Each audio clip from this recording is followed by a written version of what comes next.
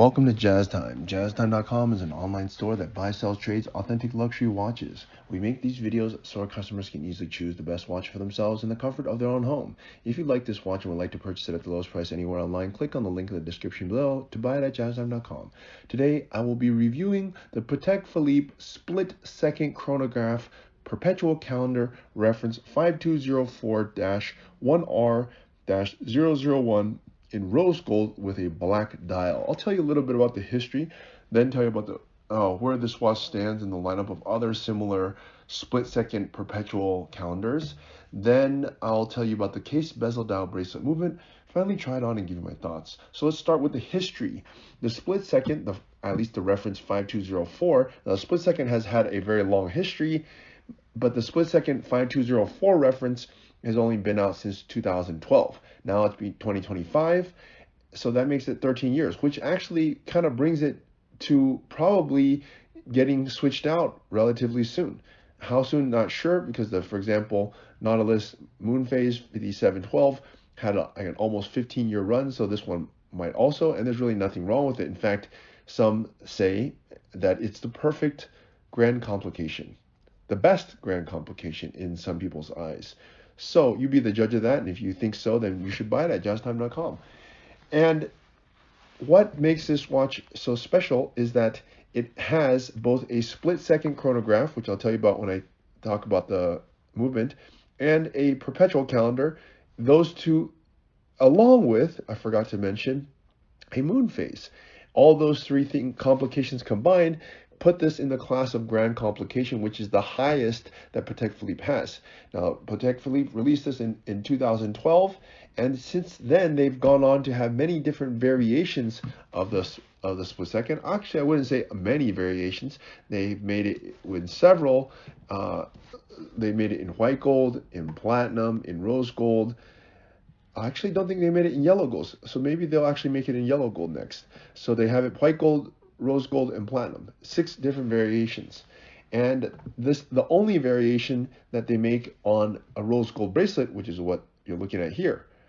So that brings us to the next topic, which is, where does this watch stand in the lineup of other similar 5204s? Well, I just told you it's one of the 6 variations that's currently being produced, the latest being the white gold with a green dial. But what makes this one special is it has a gold bracelet on it, which actually, if you don't like the gold bracelet, or let's say you want to change to a leather strap for some time, you can actually buy the leather strap from us and the buckle, which we can provide. It's not going to be cheap, but something like around $5,000-$6,000. We can convert this one to the same thing, but with a black leather strap or whatever strap that you want. It's the only one with the gold bracelets. It's one of the few Patek Philippe's with a bracelet, and it's also one of the few grand complications with a gold bracelet. Okay, now with that said, where does it stand in the lineup of other similar grand complications, for example? Well, Patek starts their grand complication with their most simplest grand complication, which is just a perpetual calendar. That's the only complication that it has, just a perpetual calendar. That one's nice. They also have an inline perpetual calendar. Those are the most basic. When I say basic, it means the cheapest. They also usually have a moon phase connected with it. I think almost all of theirs have a moon phase connected with it. Patek is known for their moon phases. It's one of their things, their hallmarks, Okay, after that, the next is their chronograph perpetual calendar. That's the 5270, which has also been around for about the same time. And then the next up, which is what you see here, is the split second. Now, this is the big daddy, because it's not only a chronograph, it's a split second, which I'll explain later what it does. And then it also has the perpetual calendar, and it has the moon phase. And from there, yes, there are some crazier variations, but then the price really goes through the roof. So for all intents and purposes, for most people, this is going to be the final stop. The split-second chronograph perpetual calendar, for most people that aren't like gajillionaires, are going to be very happy, proud, and love this watch. Which is why we're making this review, so that you sitting at home, if you watch this and decide that you want to buy it, you can easily do so by actually just clicking on the button on the link in the description below. Okay, so let's talk a little bit now that we've talked about where it stands in the lineup. For all intents and purposes, the conclusion is that it's the best grand complication out there. Okay, now let's move on to the talk about the case. Now the case is 40 millimeters. Let me repeat, 40 millimeters. Let me repeat, 40 millimeters. Why did I keep on repeating that? Well, it is actually one of the smaller grand complications. When you compare to, for example, the 5270, which is the just a chronograph perpetual calendar, that one's 41, but even though it's 41, it has a bigger case, the lugs are thicker, the case itself is protrudes a little bit more, and it looks quite a bit bigger than the 5204.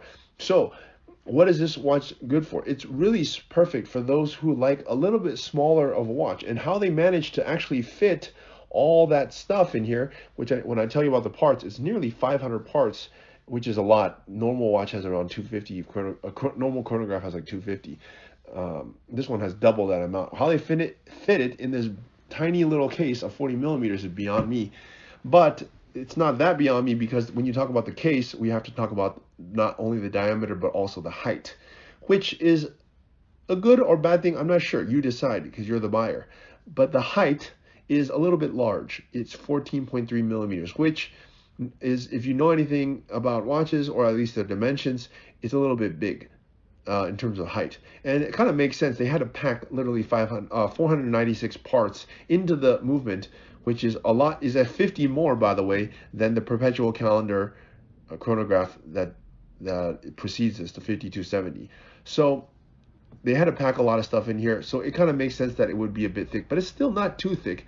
It definitely, when you look at it, you'll see it in a little bit when it's on my wrist, that it has some presence. And thickness is, some people think it's a bad thing, but you know, when you're packing this much information into it, you have to have it a little bit thicker. And also, it makes the watch have a little bit more presence. You know, when someone asks about it, or you look at it, you say, well, you know, there's a lot of information in it. It's like you know, there's a lot of stuff in it. Okay, now what else I can say about the case? Well, the case is actually one of their best cases. In fact, I really like this case. And what is special about Patek is that they don't use the same cases for their watches. They don't reuse the same case for another watch, and they don't even use this movement for another watch. So it's like almost every one is almost a one of a kind. In the sense that there's not another. For example, like AP, they'll use the same case for all the watches, Royal Oak case for everything, and then they'll just put different movements and dials, which is, it's not a bad thing, but having a separate case and movement for each watch, it really makes the watch stand out and feel and look a bit more special. And so now let's look at some of the details of this case. Well, the first thing you can notice about it is that the lugs are quite interesting, right? They're not just flat. They have this sort of ridge to it. Okay, that is pretty interesting. The pushers have these old school looking pushers, right? Which is also, I would say, a pretty darn cool thing. And you see the around the bezel, it's a very, very thin bezel, right, as you can see. And it's I believe it's even concave to make the watch appear less thick. That's one of the cool things about it. Now let's look at the side of the case, all right? And you can see there's a lot of movement going on here. You know, when you look at let's look at the pusher side first. You can see almost to the back of the where the back of the case is and where the bezel is. It's not just flat. It looks like there's a lot of ridges, and that helps to make the watch appear less thick than it actually is. And it also gives some depth and contrast, if you ask me. Okay, so now let's same thing. Let's look at, oh, okay, I guess that's it with the case. Quite a nice case, actually. One of my favorites. Okay, now let's move on to the dial here. Now, some things to explain about this dial. What I like about it. Okay, well, obviously it's black. I guess it's not much to say about it. Okay, fine, it's black. But what else you can say that is really cool about the dial is that, look at the hour markers. When you compare this to the 5270, which is the previous, the cheaper model of this, you know, it does not have luminescent hour markers, which is a consideration that most people should think about, but they don't. And it's one of the few grand complications that has luminescent hour markers. And why is that important? Well, you know, you oftentimes wear these watches at night, for example, to dinner, or in your house, or when it's dark, you need to be able to see your watch at night. Some people even wear the watch to sleep. So if you're doing so, it's hard to see the watch if it has no luminescence. In fact, it's almost impossible to see it. So some of the 5270s, you could not, strangely enough, you could not read the watch at night. In fact, I think all the 5270s, perpetual calendar chronographs, you could not see them because they did not have luminescent on the hands, which is a very strange thing because, how do you read the watch at night? It renders the watch only useful for 12 hours a day, considering nighttime is around 12 hours a day. So you can only use the watch half the time. So this lends to the practicality of the watch, that it has this luminescence. Okay, next thing I like to point out is the hands. Now, I like these sword type hands. They look new school, and even considering that this watch was made in 2012, it's quite remarkable. They have these old style leaf hands and some other funky hands that don't have luminescence on other models, but I don't really think they look that modern.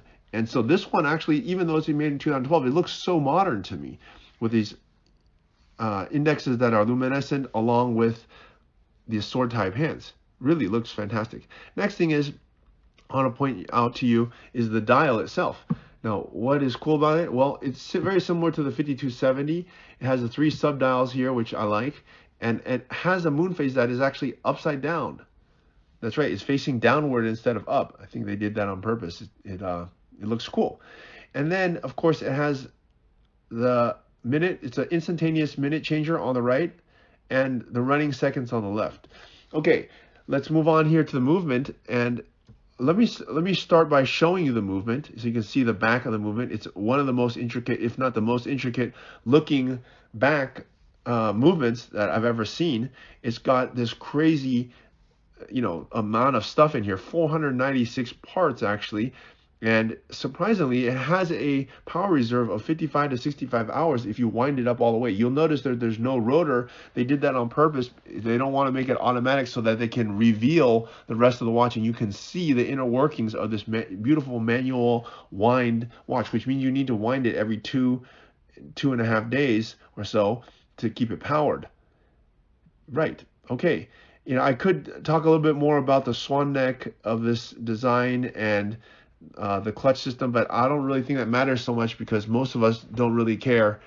Let's just put it this way. It's an awesome movement. It's one of the best ever made, and Patek is the king when it comes to complications. So there you have it. All right, now that's the movement. And as I told you before, by the way, what makes it different from the previous, or not the successor, but the next level up, which is, this is a split second. The cheaper version of this would be the perpetual calendar, not split second. And that one has 450 parts. This one has 500 parts. So 50 more, 10% more. And that's to accommodate the split second. Now let me actually show you how this split second goes, which is pretty cool and what it does. So why is it called split second? Well, because it allows you to calculate 2 times without having to reset, and all within 1 minute. So let's just say, for instance, you're calculating the time of a race or a car going on around a racetrack. You press the start button at the very top. The second hand moves. It goes around. But let's say there's a second car that is going to, you're calculating a elapsed time of 2 cars. So it's going around. When the first car passes the finish line, you press the little button which is integrated into the crown, like such. Boom, you click it, and the one hand stops. That marks the time of the first car. And then the second one keeps on going. And then you can stop it at whenever the second car stops or passes the finish line. And in that way, you can calculate the elapsed time of 2 different actions without having to restart and set, which is pretty cool, I would think, right? You can calculate it for example, you're making a steak, and then afterward you want to see how long it takes to bake the potatoes. You can calculate the elapsed time of 2. And then when you're ready, you can simply press the same button and it will allow the hands to catch up, or you can start and stop the whole thing. So pretty cool thing. I mean, yes, it might be a little bit gimmicky in the sense that I'm not so sure how often you would use that function, but it is super cool. It costs like another, I don't know, I don't know, 50, 70,000 more to do it. And it has another 50 parts, and it makes the watch much more exclusive. So anyways, that is a very cool thing. Okay, now let's talk about the bracelet now. The bracelet here is a gold bracelet, as you can see, superbly done as any Patek Philippe bracelet you could imagine, all in rose gold with this beautiful 5 links across, very supple, perfectly made, machined like to perfection with a beautiful clasp. As you see it here, it's just fantastic. But some people don't always want to wear a gold bracelet because it can be a little bit showy. So what you could do is, as I said, you could just simply remove the bracelet and replace it with a factory black leather strap and deployant, which we can provide. Of course, hopefully you'll buy the watch from us as well. But okay, now it's getting to the end of the video. I need to try this watch on my wrist. Now, I am 200 pounds, 6 foot tall, and I have a 7.5-inch wrist. This is a 40mm watch. It looks a little bit small on me, a little bit, I will say. I can't say it doesn't look totally small, but I will say that for those people who like to have smaller watches, and also, by the way, smaller watches are coming back into fashion, the 40mm could work very well. And I will say this, especially for those people who have a wrist size of under 7 inches, it's the perfect grand complication for you because it's 40mm. And the thickness, okay, it's a little bit thick, but it's not overly thick. Plenty of IWCs, Rolex Deep Sea, for example, are all gonna, or APs even, offshores, are all gonna be over 14mm. So 40mm for a Patek is thick, but it's not that thick, really. And for having all these complications in it and having a, by the way, retail of north of 300, like 330 or something, we're selling it at Jazz Time for like 100K less than that, around the 230 mark, at least as of 2025. Actually has a 350K retail, so we're selling for way below retail. It's really quite a bargain for a finely crafted watch of the top brand in the world, and with the option of going back and forth between leather and gold bracelet. So it's really a fantastic watch. And for those who have the juice to afford this beautiful timepiece, please click on the link in the description below to buy it at jazztime.com.